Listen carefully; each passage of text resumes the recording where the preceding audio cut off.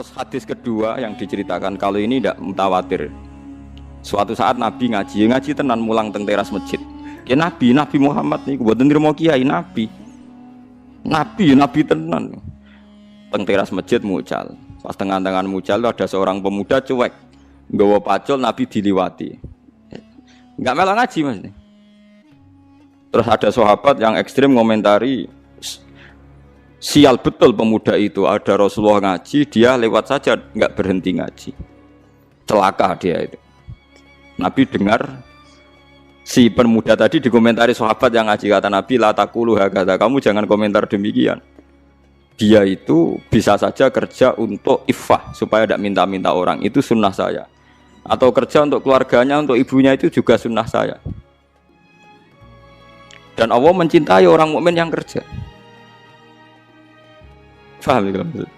Artinya Nabi malah membenarkan pemuda itu yang cuek tidak nopo ngaji. Nah, semenjak itu sahabat juga saling kritik. Ini peringatan kayak kiai-kiai sing ngaji awan-awan jam kerja. Wong Nabi mawon ngaji sahabat beliwat tenang ditinggal kerja dadah. Iku nabi tenan. Kowe trimo kiai.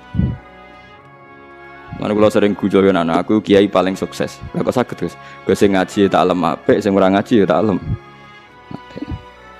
Wonten kiai nek ana jamaah ora ngaji ngamuk-ngamuk, marine tak kandhani kula. Tak kandhani sing ora ngaji luwih bener timbang sing ngaji. Kok saged Gus?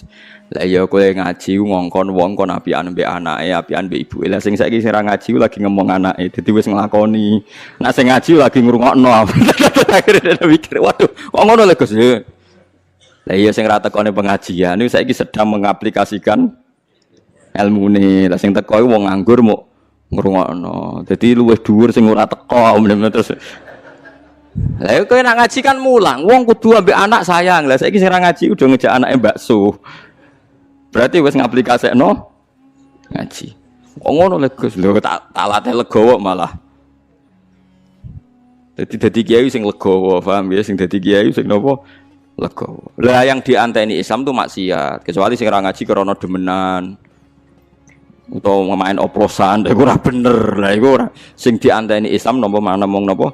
Maksiat. Eling-elinge wa daru dzahirul ismi wa batina. Jadi mulane dadi perdebatan ulama usul fikih, apa kita kayak Nabi apa ndak? Kalau dalam banyak hal ya ndak, karena kalau Nabi itu meskipun ulama warasatul anbiya, kalau Nabi itu spesial, orang yang menentang itu menjadi murtad. Kalau nentang ulama atau kiai, jangan-jangan kiainya yang salah karena bikin pengajian di jam yang tidak tepat. Seperti Mu'ad tadi, dia ngimami dengan cara yang tidak tepat. Jadi kita cocok-cocok hukum itu udah diomongno. Kalau sering diprotes kiai-kiai ngono mari wong wani kiai Gus. Yo ora usah perhitungan ngono kiai kok ora ikhlas, ora usah perhitungan. Pokoke hukum diterangno, ora usah kakean apa? Perhitungan. Kulo dereng nate tarawih Ramadan 30 genep nganti sakniki. Tapi aja tiru. Nggih mboten ndelek nggih biasa. Nggih tangga-tangga nggih ngerti kula sering ra tarawih. Tapi wong gak yakin, wong yakin Agus bae ora krana gedeng tarawih. Mesti pisan pindho, Pak. Iku wis sunahe para nabi, para ulama dhisik. Aja sampe tarawih iku full, mari kok darani wajib. Jadi mesti ana bolonge kula loro telu. Tapi kena niru ketun Ramadan pisan wae kok bolong telu. Lah ya kodok itu tarawih dhewean mbek pangeran jam 3 bengi ta jam 4. Tapi yo kudu ulama kuwi mergo ngoten niku ulama iku nggawa umat kathah. Banyak satpam sing gak iso tarawih mergo tugas. Banyak orang yang mergo adol bakso ra iso tarawih. Ana kernet ra iso tarawih. Banyak umat Islam sing kepengin tarawih ra iso tarawih. Nak nganti ulama kabeh majibno tarawih, Ramadan pisan ora tarawih, buangkune Islam opo? 1000 tahun pisan. Lho sing kepengin traweh reso traweh ku pirang-pirang. Iku nak nganti dadi konsensus elek. Separuh Islam mbok hukumi. Mbok hukumi napa? Elek. Iku sirine kena napa Nabi namung traweh hari ke-6 semenjak iku terus boten traweh salat teng dalem. Tapi Umar ngerti nak Nabi ning dalem mau menghindari diwajibno. Mulane Umar tetep traweh jalan terus. Dadi Nabi ne lahiran sahabate terus. Lah zaman dhisik biasa saiki geger. Kok ora seragam, gak ada standarnya. Bangunnya Nabi PNS tapi ulama karepe saiki kabeh di PNS no kabeh ono napa? Standar BAM.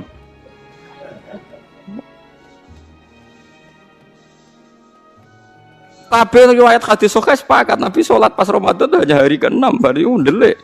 Terus Sayyidah Aisyah ngomentari sesungguhnya Rasulullah itu mencintai amal itu, tapi beliau meninggalkan karena takut dianggap fardu, dianggap wajib.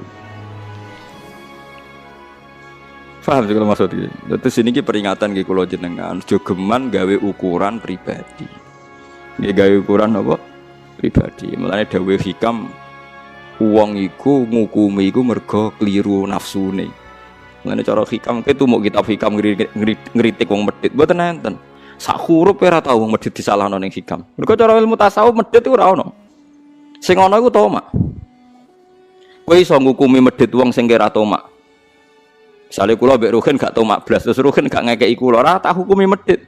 Mergo kula ora duwe tomak. Dadi kowe ngukumi wong liya medhit iku ngenteni kowe ngukumi tomak, berhubung tomak kecewa darani medhit. Nah kira ada kepentingan kan orang bocah wayu melete sombong, kowe ra ada kepentingan seneng kan gak darani sombong. Barang kowe kepengin untuk perhatian ra nakoki kowe, wah sombong, roh aku ra takok. Lah nek kira ada kepentingan, kowe wong ayu-ayu ning Jakarta kira kenal lalu lalang liwat ra takok kan gak masalah. Karena Anda tidak punya kepentingan. Mulane cara tasawuf sing ngrusak hukum iku nafsu, termasuk ngukumi wong liya medhit ya mergo dhe nafsu. Toma, ono cahayu mbak Rani sombong, mereka mbak lamar ragilem terus kowe darani sombong. Padahal cara pangeran bener cahayu iku untuk kowe musibah kan. Itu kan. Nah begitu juga kiai. Sebetulnya kiai iso mlebu swarga mau santri sitok. Mulang santri sitok ikhlas swarga, ngimami jamaah sitok swarga ikhlas. Terus duwe tomak. Tak rewangi awan-awan moro masjid, jebule makmumku mau telu. Iku malaikat yo janggal, wong 13 dadekne swarga kok butuh telung soft. Akhirnya uring-uringan kan. Desa kene yo apa ora makmur masjid neraka kabeh. Yo kiyene neraka pisan wong barang ra wajib kok diwajib-wajibno. Wis keben ora jamaah Allah. Wong trimo fardhu kifayah. Supaya ana loro telu ngrameni masjid bengak-bengok ning speaker wis apik. Pokoke ana siare. Mulane Abdul Qasim Al-Junaidi ditakoki wonten tiyang tengah-tengah kerja. Nak jamaah diamuk majikane, nak ora jamaah kehilangan fadilah jamaah. Jare Abdul Qasim Al-Junaidi sholamun faridan, salat dhewean nek sementing iso nafkahi bojone. Ketika ditanya, bukankah jamaah itu fardhu kifayah gini-gini? Aja sampai gara-gara jamaah kehilangan nafkah engko wong nyalahno salat. Orang bisa dibalik kan. Jangan sampai sholat itu jadi tersangka. Nah, misalnya kira iso mergawe pas ngedaro roti, bu mergawe gara-gara jamaah ra iso kerja, terus bojomu ngamuk, gara-gara jamaah. Jadi jamaahnya tersangka kan. Jadi kita ini bisa dibolak-balik. Apa nyelametno jamaah, apa nyalametno pekerjaan? Ya pekerjaan. Ya tapi ngono iku ora usah dadi hukum, nek dadi hukum kok wong kerja kabeh ora jamaah. Nah, tapi nak jamaah kabeh ora kerja, semua wong lelaki penganggur dalie. Maaf Dek ya, ini demi syariat Islam sehingga saya tidak perlu. Yo repot. Lah iku pentingnya ulama. Ulama itu yang tahu betul ahwalu Rasulillah, anwa'u tahawuli Rasulillah. Jadi kabeh sing dadi variasine prilakune Nabi ku dia tahu, punya memori. Masyhur kan Nabi ngendikan aku sholat asik. Dewe Nabi aku masuk sholat terus asik. Kepengen fa'utiluha, aku kepengen dawakno sholat. Fa'asma'u buka as-sobi, terus saya mendengar nangisnya cah cilik. Fa'atajawwazu fi sholati, terus sholatku tak cepetno. Mergo aku saake nak sebagian makmume itu ibunya anak kecil itu. Terus Nabi gawe kaidah idza amma ahadukum falyukhaffif, wong nak dadi imam sholat kudu cepet. Fa inna fihim ad-dhaif badal hajat, karena di antara mereka ada orang lemah badal hajat yang punya urusan. Misalnya supir bis leren kepengen makmum mergo ana jamaah, imame wengkek macane sawi. Penumpangnya pernah misoh. Wah kata. Jadi soal wis pokoke ngadul kula lah, pokoke nak hukum ora iso sampe individu. Lah nak kepengen salat khusyuk dhewean sing suwi ya dhewean ning omah. Ekspresekno ning salat sunat iku yen ape salat sunat ya jam 10 bengi nganti subuh sak karep-karepmu. Ternyata tenan kan, pas dhewean ra kelar suwi, pas makmum akeh suwi.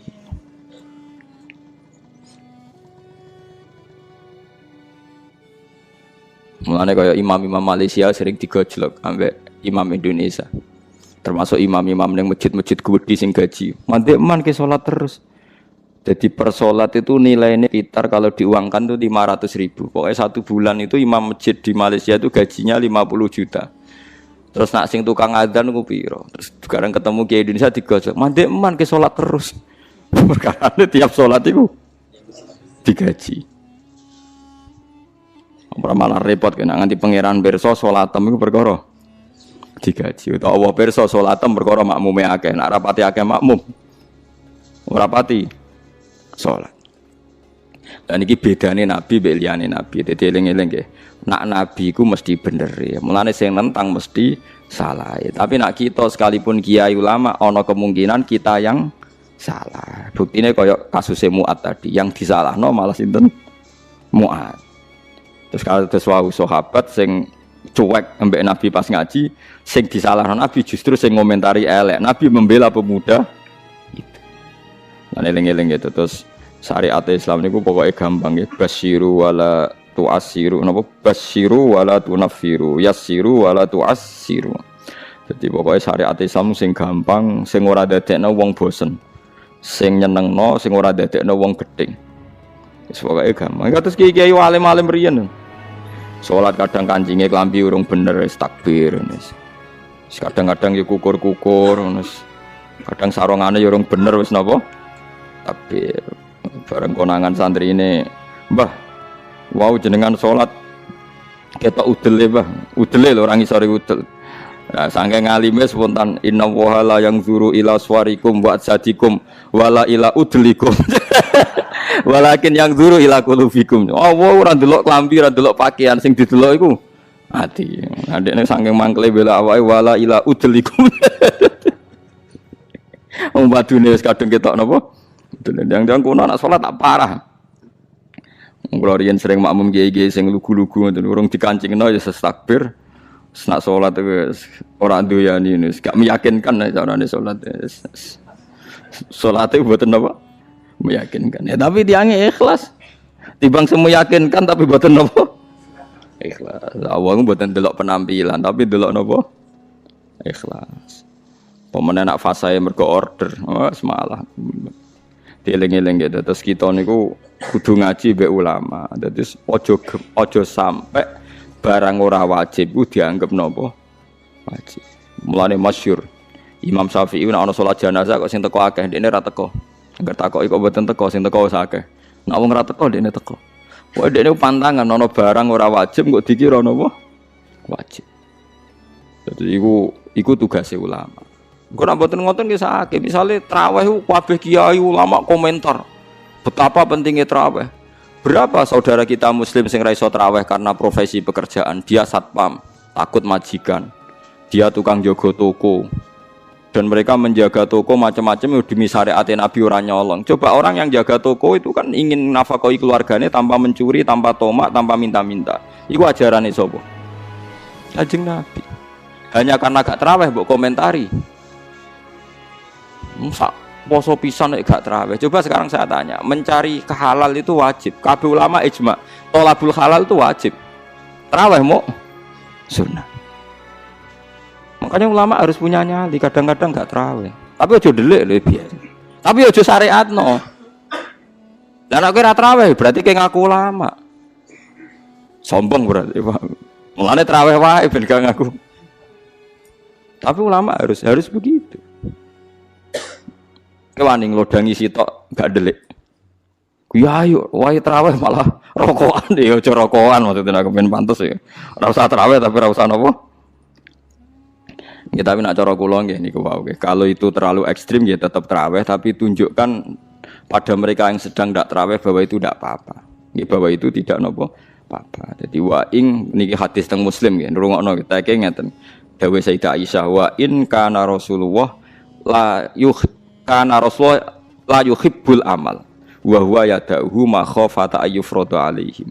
Saya bersaksi kata Sayyidah Aisyah, Nabi itu sangat mencintai amal itu, tapi beliau harus meninggalkan karena takut dianggap wajib. Jadi Nabi pokoknya ngamal. Itu Nabi tersiksa betul. Kalau roh tenan gitu, tenggene riwayat ini ngono tenan gitu. Suatu saat Nabi itu masuk Ka'bah, nggih Ka'bah sing kondang sing keramat ya. Masuk Ka'bah beliau itu senang sekali masuk Ka'bah. Senang sekali, sangat senang habis haji karena lama sekali Ka'bah dikuasai orang musyrik. Terus ketika beliau menguasai Ka'bah, kunci diminta dari Utsman bin Tolkah Al-Hajabi itu. Diminta Ali terus dibukakan. Terus Nabi asik sekali, happy sekali beliau masuk Ka'bah, ditemani Bilal terus sholat di depan Ka'bah. Sholat di dalam Ka'bah. Corong Jawa kaul, saking kaulnya Nabi ku sholat di jero napa. Kita ceria gitu, kita asik. Tapi setelah keluar dari Ka'bah, Nabi kelihatan tersiksa, hazinan, kelihatan tersiksa sekali. Ya aluhul Ka'bah, kelihatan tersiksa sekali. Terus ditanya sama Aisyah, ya Rasulullah, saat tadi melihat engkau begitu ceria, begitu happy, mau masuk Ka'bah, setelah keluar dari Ka'bah, kenapa engkau kecewa, kenapa engkau kelihatan sedih? Ya Aisyah, saya ini getun, aku itu getun mau sholat mlebu Ka'bah. Nak nganti umatku nganggep iku sunat utawa penting, terus maksa mlebu Ka'bah rak repot. Piye iki jajal? Mulane kabeh ulama akhirnya ada banyak ulama mengatakan mlebu Ka'bah gak sunat. Mergo Nabi getun. Lho ya ono ulama sebenarnya ayo guys. Ayo delok ning takbir kitab sing gede-gede mlebu salat jero Ka'bah gak sunat mergo Nabi getun. Saiki digo kebanggaan pejabat-pejabat iso salat jero Ka'bah. Tetep ae tangkep KPK. Kalau seneng ngoten niku ben gak melete. Musuhane buka Ka'bah mergo pejabat ae tetep mulai tangkep lho.